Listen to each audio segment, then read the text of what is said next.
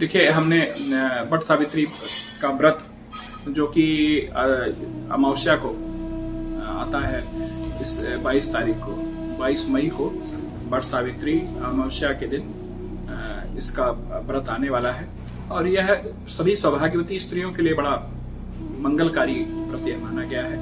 तो मैं आज हमारे साथ आदरणीय माता जी हैं, मैं इनसे अभी अपेक्षा रखूंगा कि यह आपको वट सावित्री व्रत की कैसे, उसकी क्या विधि है, उसके पीछे क्या कथानक जुड़ा है, उसके पीछे क्या भावना जुड़ी है, जिससे आपको परिचित कराएंगी।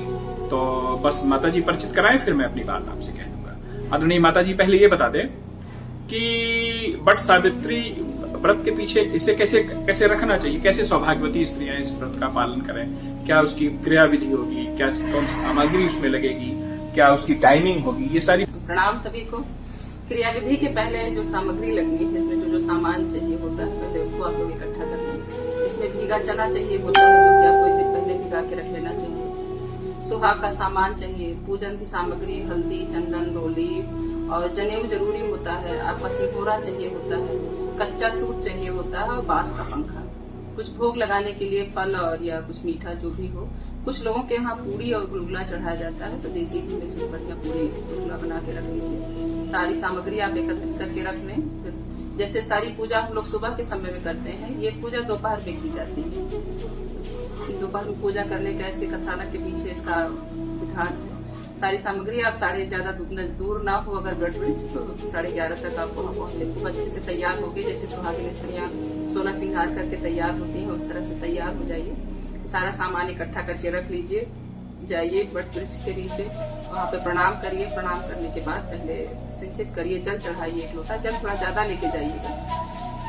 1 लोटा जल चढ़ाइए, चढ़ा के प्रणाम करिए। कर्म साक्षी दीपक जलाइए। उसके बाद पान का पत्ता हो तो ठीक, नहीं तो वहाँ पे जो वृक्ष का पेड़ पत्ते पे ही गौर और गणेश, और आप गोबर की बना सकते हैं, हल्दी का बना सकते हैं। गौर बना के रखिए, गणेश को सुपारी एक पे फलावा लगा के गणेश जी को रखिए। गणेश गौरी की स्थापना करिए।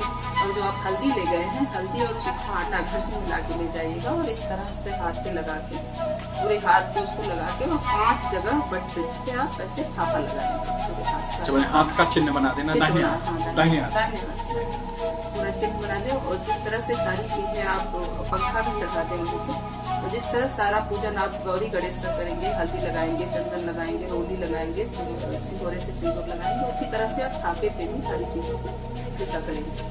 टीका करने के साथ कहीं कहीं कच्चे सूत का माला भी पहना जाता है, तो 12 गिट्टी का माला इस तरह से आप बना के रख लीजिए। पहनने के लिए उसको बाद में पूजन करने के बाद पहना जाता है चढ़ा के। और गौर को भी 12 उसी का कच्चे सूत का ही 12 माला छोटा सा बना के गौर माता को चढ़ा दीजिए। पंखा चढ़ा दिए। सारे पूजन करने के बाद कच्चा सूत, सारी पूजा होने के बाद नया वस्त्र ले गए हो, जो सुहाग का सामान आप लेके गए हैं, उसको गौरी माँ को चढ़ा दीजिए। नया वस्त्र चढ़ा दीजिए वट वृक्ष को। और थोड़ा सा पुराना कपड़ा, पति का ही कोई भी वस्त्र जो पुराना हो, उसमें से थोड़ा टुकड़ा फाड़ के और हल्दी में रंग के लेके जाना चाहिए। उसको बगल में आपके साथ जो भी स्त्रियां पूजा कर रही हैं, परिवार से कोई गया है, कोई भी हो, उनको आप दे दीजिए। उनसे कहिए कि वो आपको दें उसको, और उसे अपने पति की तरफ से भेजा हुआ मान के उसमें से एक टुकड़ा, अपने यहाँ पूर्वी उत्तर भारत में परंपरा है, एक टुकड़ा फाड़ के उसको खूंटे में बांधा जाता है। अपने जो आंचल होता है साड़ी के, साड़ी खूंटे में बांधा जाता है, और एक टुकड़ा पंखे में बांधा जाता है। उसके बाद उसी जो आप कच्चा सूत लेके आए, सारा पूजा पूरा पूर्ण करने के बाद भोग लगाने से पहले कच्चे सूत को एक जगह वट वृक्ष पे कहीं पे फंसा लीजिए, और फिर 12 दाना चना गिन के रख लीजिए हाथ में। और एक बार घूम के आने के बाद एक चना चढ़ाइए। फिर ऐसे ऐसे करते करते 12 बार घूम के 12 चना चढ़ा के प्रणाम कर लीजिए। फिर सारी पूजन होने के बाद आरती करिए। आरती करने के बाद भोग लगाइए जो भी है। फिर वट वृक्ष को भेटा जाता है, पैर दबाया जाता है और भेटा जाता है, तो गले लगिए 2 बार घूम के। फिर उनको पंखा करिए। पंखा करने के बाद प्रणाम करिए।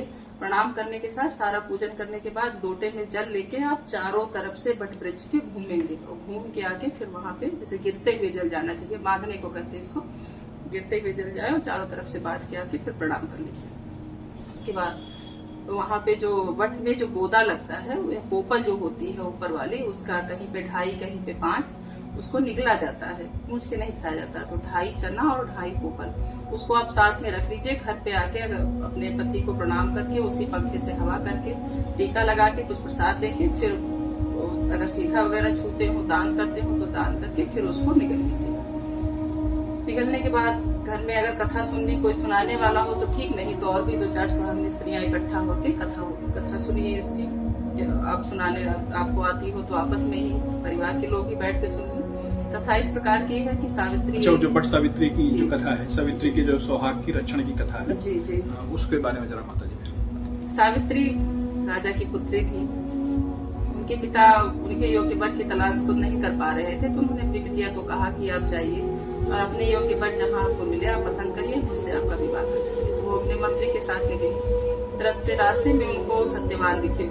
सत्यवान के रूप और आकर्षित होकर वो उन्हीं को अपना पति मान लिया और अपने मंत्री से कहा कि आप घर लौट चलिए, हमको अपना पति जिस तरह से पिताजी ने कहा था मिल चुका है। घर आए तो उस समय उनके पिताजी के साथ नारद मुनि बैठे हुए थे। उन्होंने कहा कि पिताजी, मैंने सत्यवान को अपने पति रूप में वरण कर लिया है, हमें आशीर्वाद दीजिए। तो नारद ने कहा कि पुत्री, आपने ये क्या कर लिया? सत्यवान की आयु केवल 1 साल के लिए बची हुई और वैसे भी उनके माता पिता के राज्य का हरण हो चुका है, वो तो जंगल में रह रहे हैं। तो सावित्री के पिता नाराज हो गए। उन्होंने कहा कि नहीं, इस तरह से विवाह हम अपनी पुत्री का नहीं कर सकते, नहीं। और उसके साथ मान लिया जंगल में रहने के लिए तो तुमको भेज दें, लेकिन 1 ही साल जिसकी आएगी उसके साथ तुम कैसे सुखी रह सकती हो? तो उन्होंने कहा, पिताजी, आपने मुझे पति चुनने के लिए कहा था, जिसको एक बार मैंने मन से वरण कर लिया, अब दोबारा किसी और का वरण मुझसे नहीं होगा, हम और कहीं विवाह नहीं कर पाएंगे। हार के उनके पिताजी ने सावित्री का विवाह कर दिया उनसे। वो आ गई, जंगल में रहने लगी। लकड़ी काट के सत्यवान अपने माता पिता और सावित्री का भरण पोषण करते थे। वो नारद मुनि के बताए हिसाब से एक एक दिन गिनती रहती थी कि आज जिस दिन 1 वर्ष पूरा हुआ, सत्यवान लकड़ी काटने के लिए जब निकले दोपहर में, तो वो कहीं कि हम भी आज आपके साथ चलते हैं। वो गए जंगल में, भट पेड़ के नीचे ऊपर चढ़े, पेड़ पे लकड़ी काटने के लिए। थोड़ी देर बाद नीचे उतर के आए, वो नीचे बैठ गई। नीचे उतर के आए, कहे सावित्री, आज हमारे सर में दर्द हो रहा है, पता नहीं क्या, हमको बहुत अच्छा नहीं लग रहा। तो कहे कि मैं बैठी हूँ, आप मेरी गोद में सर रख के लेट जाइए, आराम कर लीजिए थोड़ी देर। तो लेटे, उनकी आयु पूर्ण हो चुकी थी, सावित्री को भी पता था। यमराज आ गए, उनके आत्मा को, शरीर को छोड़ के उनकी आत्मा का हरण करके जाने लगे। तो सावित्री भी उनको सर को वहीं रख के धीरे से, और यमराज के पीछे पीछे, चूंकि पतिव्रता थी, उनको यमराज दिखाई दे रहे थे, साधारणतः दिखाई नहीं देते, उनको दिखाई दे रहे थे। तो पीछे पीछे चलने लगी। कुछ दूरी जाने के बाद यमराज ने कहा, सावित्री, तुम हमारे साथ कहाँ आ रही हो? हमको केवल सत्यवान को लेके जाने का वो है, तुम साथ नहीं जा सकती, तुम कोई वर मांग लो पुत्री और वापस चले जाओ। तो उन्होंने कहा कि हमारे सास ससुर का राज्य छिन गया है महाराज, हमारे सास ससुर का राज्य में वापस मिले। उन्होंने कहा तथास्तु। फिर वो उनके साथ साथ चलती रही। फिर यमराज ने कहा कि पुत्री, आप नहीं हमारे साथ चल सकती हैं, आप वापस जाइए, कोई और वर मांग लीजिए। तो उन्होंने कहा कि हमारे भाई नहीं है, हमारे पिता को 100 पुत्र होंगे। इस तरह से आशीर्वाद दिया। इस तरह करते करते वो साथ चलती रही और वो 6 बार यमराज उनको आशीर्वाद दे चुके थे, 6 बार उनको प्रदान कर चुके थे। फिर यमराज आगे बढ़ने लगे तो सावित्री ने कहा कि 7 कदम चलने के साथ ही कोई मित्र हो जाता है। आप हमारे पति को ही लेके जा रहे हैं, उनके साथ हम 1 साल रह चुके हैं, उनको छोड़ के नहीं जा सकते। आप हमारी पूजी तो आप अपने ही साथ ले जा रहे हैं, वापस नहीं जा सकते। तो उन्होंने कहा कि पुत्री, कोई एक वर आखिरी मांग लो, तुम हमारे साथ नहीं चल सकती। तो उन्होंने कहा ठीक है, आप हमें वर देना चाहते हैं तो मुझे वर दीजिए कि मैं पुत्रवती हूँ। तो उन्होंने यमराज के मुख से निकला तथास्तु। फिर वो आगे चलने लगे, फिर वो पीछे चलने लगी। फिर थोड़ी दूर जाने के बाद यमराज ने कहा पुत्री, अब पूरा हुआ, तुम वापस जाओ। तो सावित्री ने कहा कि महाराज, आप हमारे पति को लेके जा रहे हैं और आपने हमारे पुत्रवती होने का आशीर्वाद दिया है। तो फिर यमराज ने कहा हम हार गए तुमसे पुत्री, तुम्हारी जिस तरह से तुमने अपने पति को आज तुमसे छीन लिया, उसी तरह से जो भी इस सौभाग्यवती स्त्रियां वट सावित्री व्रत करेंगी, पूजा करेंगी, ये कथा सुनेंगी, उनका भी सौभाग्य इसी तरह अजर अमर रहेगा। जैसे भगवान उनका सौभाग्य वापस किए, उनको सुखी सुहागित बनाया, ऐसे ही सबका सुहाग अखंड रहे, सौभाग्यवती रहे सब। इसीलिए इसी उद्देश्य से व्रत किया जाता है। और दोपहर में करने का भी एक विधान है, क्योंकि सावित्री ने ये चीज दोपहर में हुआ था ऐसा रात। और इस पूजा में दिन भर व्रत रहने के बाद एक ही टाइम पूजन किया जाता है, वो भी सूर्यास्त के पहले ही। सूर्यास्त के बाद पूजन नहीं किया जाता। सूर्यास्त के पहले आप कुछ भी पूरी, आम का गुरम्हा खाया जाता है और कोई सब्जी, फलाहारी कोई सब्जी, पूरी बना के देसी घी में या जो भी रिफाइंड, जिस तरह से आपकी सुविधा हो, बना के खा सकते हैं। हाथ में चाय पानी ले सकते हैं, कहीं कहीं उसका भी विधान नहीं है, लेकिन कहीं कहीं चाय पानी लिया जाता है। चलिए, बहुत अच्छे से आपने बताया और बहुत उपयोगी जानकारी दी। जो भी लोग इस वीडियो को देखेंगे, इस जानकारी के माध्यम से वट सावित्री व्रत को अच्छे से रख पाएंगे। एक चीज और हमें कहनी थी, जो लोग जैसे इस समय लॉकडाउन है या कोरोना वायरस का समय है, जिसके पास भी वट वृक्ष के नीचे जाने का वो ना हो, व्यवस्था ना हो, या फिर बरगद की हो सके तो बरगद की डाल ले आइए, घर पे किसी लोटे में या गमले में लगा के रखिए। अगर उससे भी आप नहीं कर सकते तो घर में ही गौरी गणेश की एक चौकी बना लीजिए, गौरी गणेश की स्थापना कर लीजिए, कलश रख लीजिए, फिर वहीं पे आप पूरी पूजा करिए, प्रणाम करिए, वट सावित्री की कथा करिए, और फिर वही पूरा आपको पूर्ण, देखिए श्रद्धा पूजा मन से की जाती है, भाव का विचार होता है, भाव से सारी चीजें करिए, भगवान आपको आशीर्वाद देंगे। सावित्री माँ का सभी के लिए, माता जी की तरफ से भी सभी के लिए वट सावित्री व्रत के आशीर्वाद की कामना और भगवान के आशीर्वाद की कामना। बहुत अच्छे से आपने बताया, सारी जानकारी आपने दी। और यह समझिए कि हमारा जो प्रकृति से रिश्ता है, हमारा जो अन्य प्रकृति से रिश्ता है, उसको निभाते हुए कैसे हम सौभाग्यवती स्त्रियां का जो सौभाग्यवती स्त्रियों का जो बंधन है अपने पति से, उस भावनात्मक बंधन को मजबूत करते हुए कैसे उनका वह बंधन चिरायु हो सकता है, दीर्घकालिक हो सकता है, इसके बारे में वट सावित्री व्रत की जो भावना है उसको समझने का प्रयास करें। जो हम बरगद के वृक्ष की पूजा करते हैं, उसके पीछे यह विश्वास है कि जैसे कहा गया है कि बट विश्वास अचल निज धर्मा, यानी कि जो बरगद है वो अचलता का प्रतीक, वह छांव का प्रतीक है। प्रायः रामायण में काकभूषण जी से लेके और बहुत से लोगों की कथाएं बरगद के नीचे ही होती रही।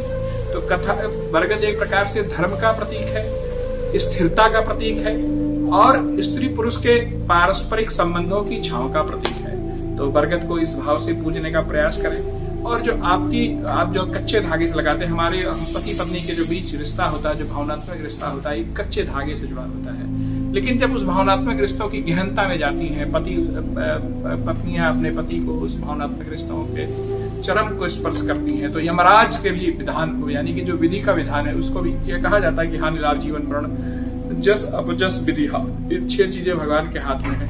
लेकिन जो चीजें भगवान के हाथ में है, भगवान से भी अपने उस भावनात्मक रिश्ते के संबल से, उस भावनात्मक रिश्ते की डोर के आधार पर, भावनात्मक रिश्ते की मजबूती के आधार पर यमराज से भी अपने पति को चिराए उस विधि के विधान में परिवर्तन करके यमराज से अपने पति के लिए आयु प्राप्त कर लेती है। बहुत अच्छी जानकारी माता जी ने दी, और इनके तरफ से सबके लिए मंगल कामना, मेरी तरफ से भी सबके लिए मंगल कामना। और ये वट सावित्री का व्रत आप सभी के दाम्पत्य जीवन में, आप सभी के पारिवारिक जीवन में एक नई भावना, नई ऊर्जा लेकर आए, ऐसी मंगल कामना करते हुए वाणी को विराम। जय श्री सीताराम।